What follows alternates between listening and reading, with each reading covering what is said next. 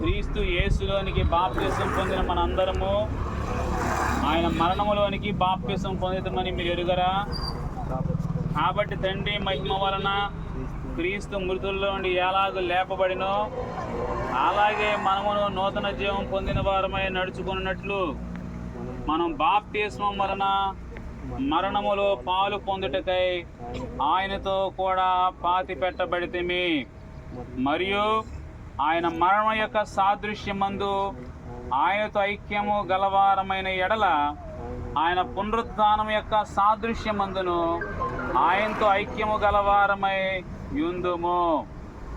ఏమనగా మనమికను పాపమునకు దాసులు కాకుండాటకు పాప శరీరము నిరర్ధకమగునట్లు మన ప్రాచీన స్వభావం ఆయనతో కూడా సిలువ వేయబడినని ఎరుగుదుము. దేవుడి ఈ మాటలని మన వినికిడిలో దీవించి ఆశీర్వదించునుగాక. ఆమేన్. దేవుని యొక్క వాక్యాన్ని మనం గమనించినట్లయితే ఈ బాప్తిస్మం యొక్క ఉద్దేశ్యం ఏంటంటే పాత జీవితం పాతిపెట్టబడి క్రొత్త జీవితంతో మన జీవితాన్ని ప్రారంభించడం అనే విషయాన్ని బైబిల్ గ్రంథం తెలియజేస్తూ ఉంది.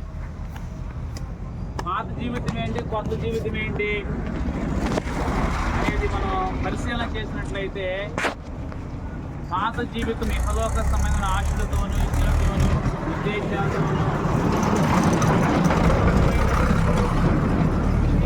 దేవునికి ఏది ఇష్టం లేదో, దేవునికి వ్యతిరేకమని ఏమైతే ఉన్నాయో అదంతయు కూడా బైబిల్ చెప్తా ఉంది.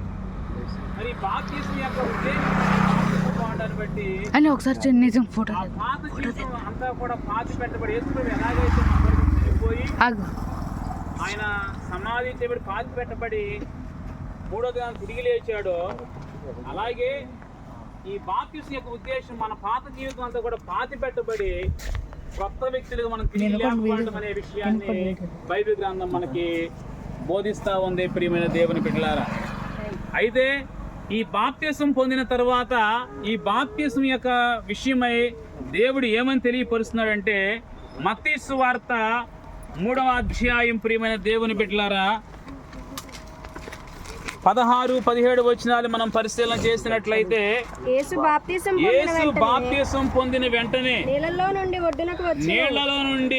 ఒడ్డునకు వచ్చెను. ఇదిగో ఆకాశము తెరవబడెను. దేవుని ఆత్మ పావురం వలె దిగి తన మీదకి వచ్చుట చూచెను. మరియు ఇదిగో ఈయనే నా ప్రియ కుమారుడు, ఈయన యందు నేను ఆనందించుచున్నానని ఒక శబ్దము నా ఆకాశం నుండి వచ్చెను.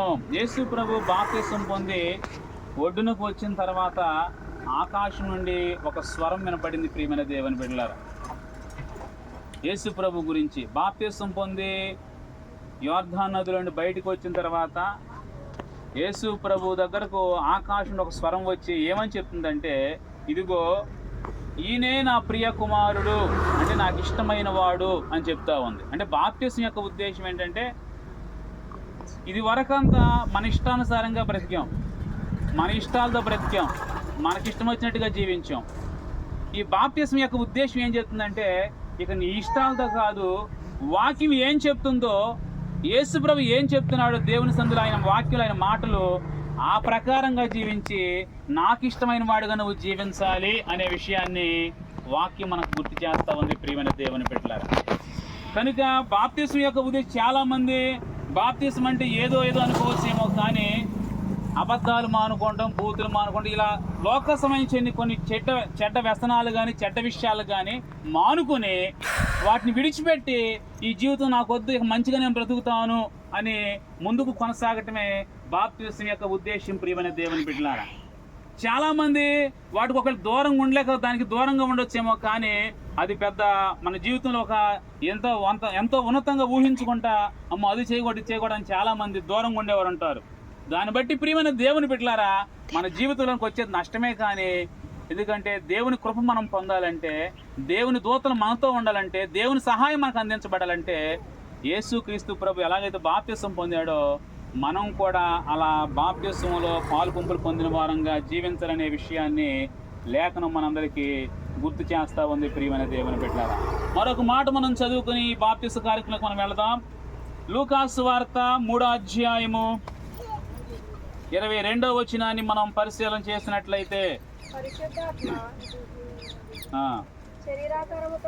21, 22 చదువుదాం. 21 కాడ ప్రజలందరూ బాప్తిసం పొందినప్పుడు యేసు కూడా బాప్తిసం పొంది ప్రార్థన చేయుచుండగా ఆకాశము తెరవబడి పరిశుద్ధాత్మ శరీరాకారముతో పావురం వలె ఆయన మీదకు దిగి వచ్చెను. అప్పుడు నీవు నా ప్రియ కుమారుడవు, నీ యందు నేను ఆనందించుచున్నానని. ప్రియమైన దేవుని బిడ్డలారా, వాక్యం మనకు చెప్తుంది. ఈ బాప్తిసం పొందిన తర్వాత ఏం చేయాలంటే మనం ఇక ప్రార్థన చేయడం ప్రారంభించాలంట. ప్రార్థనలో మనం బలపడాలి, ప్రార్థనలో ఎదగాలి. ప్రార్థన చేయుచుండగా అని బైబిల్ చెప్తా ఉంది. మనం ప్రార్థన చేస్తున్నప్పుడు దేవుని ఆత్మ మనల్ని ఆవరిస్తుంది. నీవు నా ప్రియ కుమారుడువు, నిన్ను బట్టి నేను ఆనందించాలనే ఒక విషయాన్ని దేవుడు మనకు చెప్తూ ఉన్నాడు. కనుక దేవుని సన్నిధిలో మనం దేవుని బట్టి వాక్యం చదువుతూ ప్రార్థన చేస్తూ దేవుని ఆరాధిస్తూ దేవుని సన్నిధికి వెళుతూ దేవుని చిత్తం చేస్తూ మనం ఆనందిస్తూ ఇక మీట జీవించాలనే విషయాన్ని ఈ బాప్తిసం మనకు గుర్తు చేస్తా ఉంది. కాబట్టి తరుణ్, అర్థమవుతుందా? ఇక మీట ఏం చేయాలి? దేవుని కొరకు జీవించాలి. దేవుని ప్రియ కుమారుడిగా, దేవుడికి ఇష్టమైన వాడిగా, దేవుని చిత్తంలో దేవుని ప్రణాళికలో నడిపించబడాలనే విషయాన్ని వాక్యం చెప్తా ఉంది. ఓకే, అటు కృపను దేవుడు తరుణికి దయచేయునుగాక. ప్రార్థన చేసుకుందాం. ఈ సమయంలో పాస్టర్ గారు ప్రార్థన చేస్తారు బాప్తిసం నిమిత్తమై. మహాగణుడా, మహోన్నతుడా, పరిశుద్ధుడా, నిత్యనివాసుడైన దేవా, నీ పరిశుద్ధమైన ఉన్నతమైన ఘనమైన పాదములకి కృతజ్ఞత వందనాలు స్తోత్రాలు స్తుతులు చెల్లిస్తున్నాను ప్రభువా. దయామయుడా, కనికరములు కలిగిన వాడా, కృపా సత్య సంపూర్ణుడా, నీకు స్తోత్రాలు చెల్లిస్తున్నాను. నిన్న నేడు ఏకరీతిగా ఉన్న దేవా, నీకు స్తోత్రాలు చెల్లిస్తున్నాను ప్రభువా. ఈ మధ్యాహ్న సమయంలో నీ పునరుత్థాన దినమున నీ సన్నిధానంలో చేరి ప్రార్థించడానికి మాకు ఇచ్చినటువంటి సమయాన్ని బట్టి నీకు స్తోత్రాలు దేవా. ఈ సమయంలో నీ ప్రియ బిడ్డ యవనస్తుడి తరుణ్ణి మీరు జ్ఞాపకం చేసుకుని గడిచినటువంటి నాయన దినాల్లో నీ సన్నిధానంలో ఉండి విడిచిపెట్టడానికి మీరు చేసినటువంటి సమయమును బట్టి నీకు స్తోత్రాలు చెల్లిస్తున్నాను.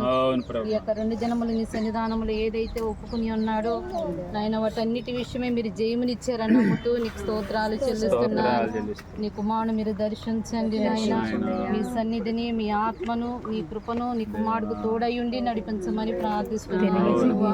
నీవు ఇచ్చినటువంటి నాయన రక్షణను పొందుకొని నీ చిత్తాన్ని జరిగించడానికి నీ ఇష్టాన్ని కలిగి ప్రభువా నిన్ను ప్రేమిస్తూ నేను గణపరచువాడిగా నీ కుమారుడు మీరు సిద్ధపరచమని ప్రార్థిస్తున్నాను. ప్రతి దినము నీకు సమయాన్ని ఇస్తూ నీకు ఇచ్చేటువంటి సమయంలో పని ప్రారంభించినట్లుగా నీ కుమారుడు మీరు బలపరచమని ప్రార్థిస్తున్నాను. దేవా, ఏదైతే నీ సన్నిధానంలో అడిగి ఉన్నాడో వాటన్నిటి విషయంలో ఆత్మీయ జీవితంలో నీ కుమారుడు మీరు బలపరిచి నడిపించమని ప్రార్థిస్తున్నాను. ఆయన నాడు ప్రభువా మీరు యోర్దానులో బాప్తిస్మం తీసుకున్నప్పుడు ఈయన నా ప్రియ కుమారుడు, ఈయన యందు నేను ఆనందించుతున్నానని మీరు సెలవిచ్చారు ప్రభువా. అట్టి విధంగా నీ కుమారుడు యొక్క జీవితాన్ని బట్టి మీరు ఆనందించే విధముగా నీ కుమారుడు ప్రతి దినము బలపరిచమని ప్రార్థిస్తున్నాను. అట్టి విధంగా జీవించడానికి నీ కృపా సహాయతను నీ కుమారుడికి మీరు అనుగ్రహించమని ప్రార్థిస్తున్నాను ప్రభువా. దేవా, నీ కుమారుడు మీరు ప్రత్యేకంగా మీరు బలపరచండి. మీ సహాయతను నీ కుమారుడికి అనుగ్రహించండి. నీ కుమారుడు అయితే బలహీనుడు నాయన, మీరు బలపరిస్తే నిలబడగలరు నాయన. మీ శక్తిని, నీ బలమును, మీ సహాయతను నీ కుమారుడికి మీరు అనుగ్రహించమని ప్రార్థిస్తున్నాను. ఈ దేవా, వచ్చి వెళ్ళామన్నట్లుగా కాకుండా మీ చిత్తాన్ని, మీ ఇష్టాన్ని చేయగలిగినటువంటి శక్తిని, సత్తువును, సామర్థ్యమును నీ కుమారుడికి అనుగ్రహించమని ప్రార్థిస్తున్నాను ప్రభువా. నాయన దేవ, ఈ సమయంలో బాప్తిసం ఇవ్వబోచున్నటువంటి మీ దాసులను కూడా మీరు బలపరచండి. మీ దాసుని యొక్క హస్తాలను మీరు బలపరచండి. మీ దక్షిణ హస్తాన్ని మీరు చాపి దేవా నీ ఆత్మ సంచారతని స్థలములో మీరు ఉంచి జరిగించబోచున్నందుకై నీకు స్తోత్రాలు చెల్లిస్తున్నాను. దేవా, నాయన సంఘ సమేతముగా, కుటుంబ సమేతంగా, బంధువు రక్త సంబంధుల సమేతముగా ఈ నామము పేరట ప్రభువా తన పాపములను ఒప్పుకొని మారు మనసు పొంది పాప క్షమాపణ నిమిత్తమై బాప్తిసం అనేటువంటి సూచన ఈ స్థలంలో జరుగుతుండగా నాయన మీ సహాయతను నీ మహిమార్థమై మీరే జరిగించి మహిమ, ఘనత, ప్రభావాలు పొందుకొనమని యేసు నామములో అడిగి వేడుకొనుచున్నాను పరమ తండ్రి. ఆమేన్. పాడినాం పాట.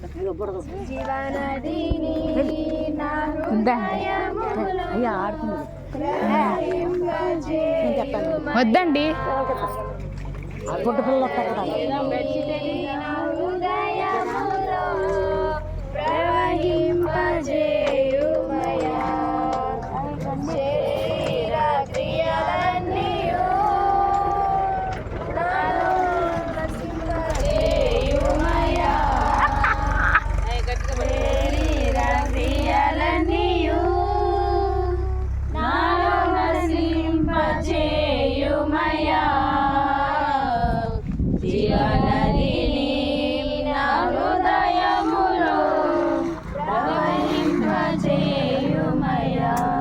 ఓకే, నీ పేరేంటి?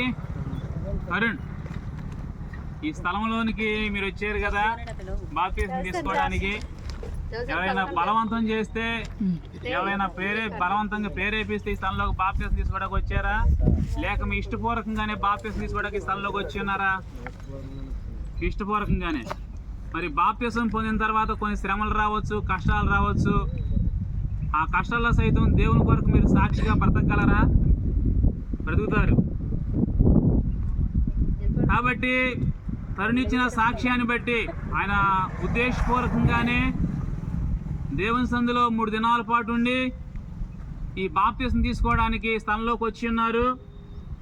ఆయన ఇచ్చిన సాక్ష్యాన్ని బట్టి చిన్న ప్రార్థన చేసుకుని ఈ బాప్తిస కార్యక్రమంలోకి మనం ప్రవేశించుదాం. దయగలిగిన తండ్రి, మీ పాదములకు వందనాలు ప్రభువా. కృతజ్ఞతలు చెల్లిస్తూ ఉన్నాం, స్తుతులు చెల్లిస్తూ ఉన్నాం ప్రభు. ఒక పాపి భూమి మీద రక్షించబడటం మీకు ఎంతో సంతోషం నాయన. ఈ దినమున మీ కుమారుడు నీ మరణములోనికి, మీ పునరుత్థానంలోనికి పాలి భాగస్థుడవుతూ ఉండగా మీ ఆత్మ చేత ఆవరించండి. మీ కుమారుని బట్టి మీరు సంతోషించినట్లుగా, ఆనందించినట్లుగా మీ కుమారుడు ఈ భూమి మీద బ్రతకడానికి సహాయం చేయమని ప్రార్థిస్తా ఉన్నాం ప్రభు. నాయన, బాప్తిసం ఇవ్వడానికి కూడా నేను అర్హత, యోగ్యత లేనివాడిని ప్రభు. మీరే ఈ స్థలములో సంధించి మీ ఆత్మ చేత ఆవరించి ఈ కార్యక్రమంలో మీరు తోడే నడిపించమని యేసయ్య ఉన్నత నామములో అడిగి ప్రార్థించున్నాం పరమ తండ్రి, ఆమేన్. తరుణ్, నీ పాపలను క్షమించమని అనే నిశ్చయిత నీకు కలిగిందా? ఓకే, తరుణిచ్చిన సాక్షిని బట్టి పైన ఆకాశం సాక్షిగా, కింద భూమి సాక్షిగా, ఈ నీటి సాక్షిగా, సంగమ సాక్షిగా తండ్రి, కుమార, పరిశుద్ధాత్మ నామములో బాప్తిసం ఇస్తా ఉన్నాం. జీవనదిని నా హృదయములో ప్రవహింపచేయుమయా. జీవనదిని నా హృదయములో ప్రవహింపచేయుమయా. కంటిన్యూ చేసి ఓకే. ఒకవేళ ఎవరైనా మేము కూడా బాప్తిసం తీసుకుంటామండి, తర్వాత ప్రార్థనలో ఉంటామని ఒకవేళ ప్రేరణ కలిగితే ఈ సమయంలో మీకు కూడా ఇవ్వడం జరుగుతుంది. లేని పక్షంలో ప్రార్థన చేసుకుని మనం మళ్ళీ తిరిగి వెళదాం. అమ్మ దాక్కుంటున్నారు చాలా మంది. ఓకే తండ్రి, వందనాలు ప్రభా. ఈ దినాన తరుణ్ణి మీరు రక్షించుకున్నందుకై మీకు స్తోత్రాలు ప్రభు. మారు మనసునిచ్చి, పాప క్షమాపణిచ్చి అయా బాప్తిస్మంలోనికి నడిపించి మీ కుమారుడికి అనుగ్రహించిన రక్షణ భాగ్యాన్ని బట్టి స్తోత్రాలు.